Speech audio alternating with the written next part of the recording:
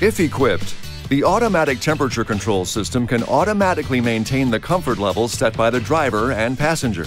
The system automatically adjusts the temperature, distribution, and fan speed of your system for a comfortable and consistent temperature, even under changing conditions. Operation of the system is quite simple. Just press the Auto Control on the touchscreen, then select a temperature using the up and down arrows.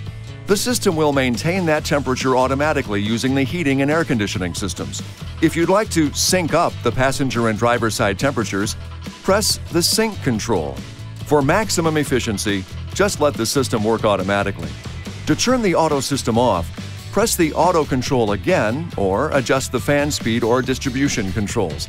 If you prefer, you can also operate the system using the buttons below the touchscreen. This video is not intended to take the place of your owner's manual. For complete details and other important safety information, please see your owner's information.